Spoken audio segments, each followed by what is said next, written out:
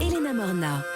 L'actu santé du jour, c'est avec Isabelle Quenin et Aline Perrodin, rédactrice en chef de Santé Magazine. Bonjour Aline. Bonjour Elena, bonjour à tous. Bonjour Isabelle. Alors Isabelle, les piétons seniors sont en danger. Il n'y a pas que la grippe qui fait des ravages chez les plus de 65 ans. Selon le Parisien qui relaye l'info aujourd'hui, près d'un piéton sur deux tué sur la route en 2015 était un senior. Chiffre donné par les différentes associations de la prévention routière qui ont ouvert une plateforme d'information et de sensibilisation hier, car plus on avance en âge, plus les chiffres deviennent accablants. Les accidents ont lieu la plupart du temps en ville, à un croisement quand ils traversent une rue, et une simple chute peut avoir des conséquences lourdes, voire générer plusieurs jours d'hospitalisation. Alors quel est l'objectif de cette nouvelle plateforme ?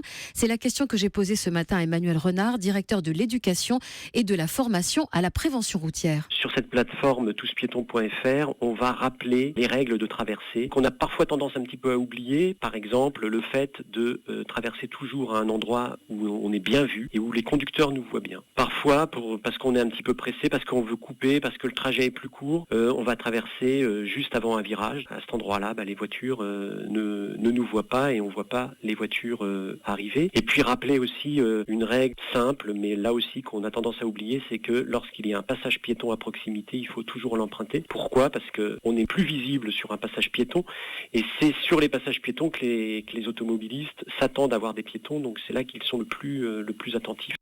Conclusion Elena, on reste dans les clous.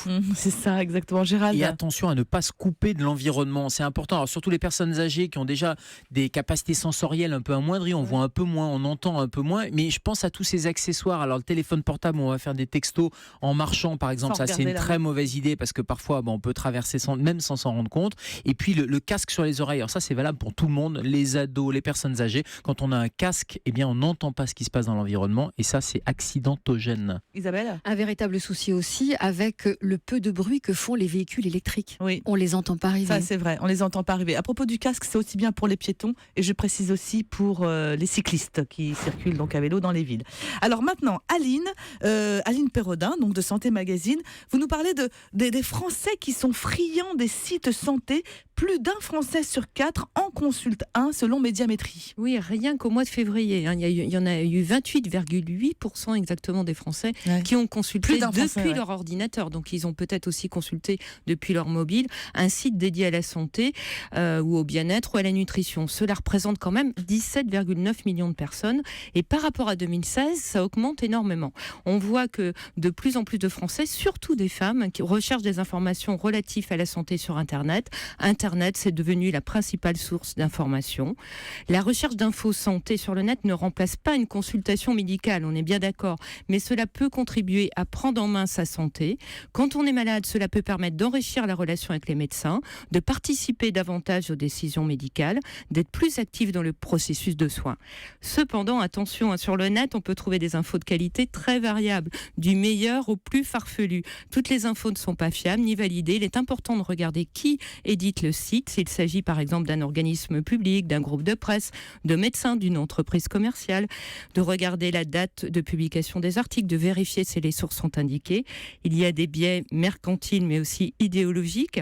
On l'a vu par exemple, beaucoup de fausses informations circulent sur l'IVG, ce qui a d'ailleurs conduit le législateur à instaurer le délit d'entrave numérique à l'IVG, visant à pénaliser les sites de désinformation sur l'IVG. Depuis la loi santé entrée en vigueur en 2016, a été inscrite la création d'un service public d'information en santé. Et la première réalisation, là, concrète, on vient de le voir, c'était vendredi dernier, le lancement d'un site santé.fr qui vient d'être lancé par le ministère de la Santé. D'accord. Donc, il va être d'abord testé, proposé en test aux Franciliens. Il est destiné à améliorer l'accès des Français à une information de référence. Est-ce que c'est destiné aussi à désengorger parfois les hôpitaux et avoir des informations, ce genre de site mis en place par le gouvernement, Gérald ? C'est toute la question, parce que alors, en Angleterre, par exemple, le NHS, l'équivalent de la sécurité sociale, ils ont un site qui est très bien fait depuis des années, où vous cliquez sur un petit bonhomme en fonction de votre symptôme, il va vous dire allez voir votre pharmacien, allez voir votre médecin ou rendez-vous aux urgences, mais c'est un algorithme qui est très précis. méfiance quand même avec tous ces sites. Ça n'existe pas en France. Attention à qui signe les articles. Attention au forum aussi. C'est très anxiogène en plus parce que c'est clair que si vous tapez maux de tête cancer du cerveau, en 1 va sortir le cancer du cerveau qui donne des maux de tête. Mais heureusement, tous les maux de tête ne donnent pas cette maladie. Donc c'est pas la peine de s'angoisser. Et il y a des sites qui sont très bien faits. Il y en a d'autres un peu moins. Il y a toujours votre médecin, votre pharmacien qui sont des correspondants intéressants. Et puis il y a toujours Europe 1 aussi de 11 à 12 où on parle de santé. Tout est validé par Gérald Kierzek. C'est notre source. Merci Aline. Alors le chiffre du jour, Isabelle, c'est 251. Comme 251 espèces d'oiseaux qui ont été étudiées par les chercheurs du CNRS. L'objectif, Elena, était de comprendre pourquoi chaque année dans le monde, des centaines de millions d'oiseaux se tuent en percutant une voiture. Et pourquoi certains réussissent à éviter la collision quand d'autres se crachent sur le pare-brise. Alors selon les résultats de cette étude publiée aujourd'hui, c'est la taille du cerveau qui est en cause. Les oiseaux avec les cerveaux les plus petits sont plus susceptibles d'être percutés. Ceux qui ont un cerveau J'étais en train de me taper la tête.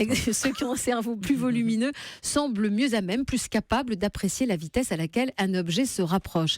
Et ils sont capables d'adapter leur vitesse de décollage à la taille de la route. Ce qui veut dire, Elena, qu'ils décollent à toute vitesse quand ils sont sur une autoroute et qui sont beaucoup plus lents, ils prennent leur temps quand ils sont sur une route secondaire. Bref, ils s'adaptent. On ne pourra plus dire qu'ils ont un crâne de piaf. Et ça c'est vrai. Juste un mot, c'est un cerveau qui est proportionnellement petit par rapport à la taille de l'oiseau. Parce que vous allez nous parler du colibri. Le colibri, c'est le plus petit oiseau, mais c'est celui qui a le plus gros cerveau au niveau proportion. Donc lui, il se ramassera jamais sur les pare-brises, j'espère bien.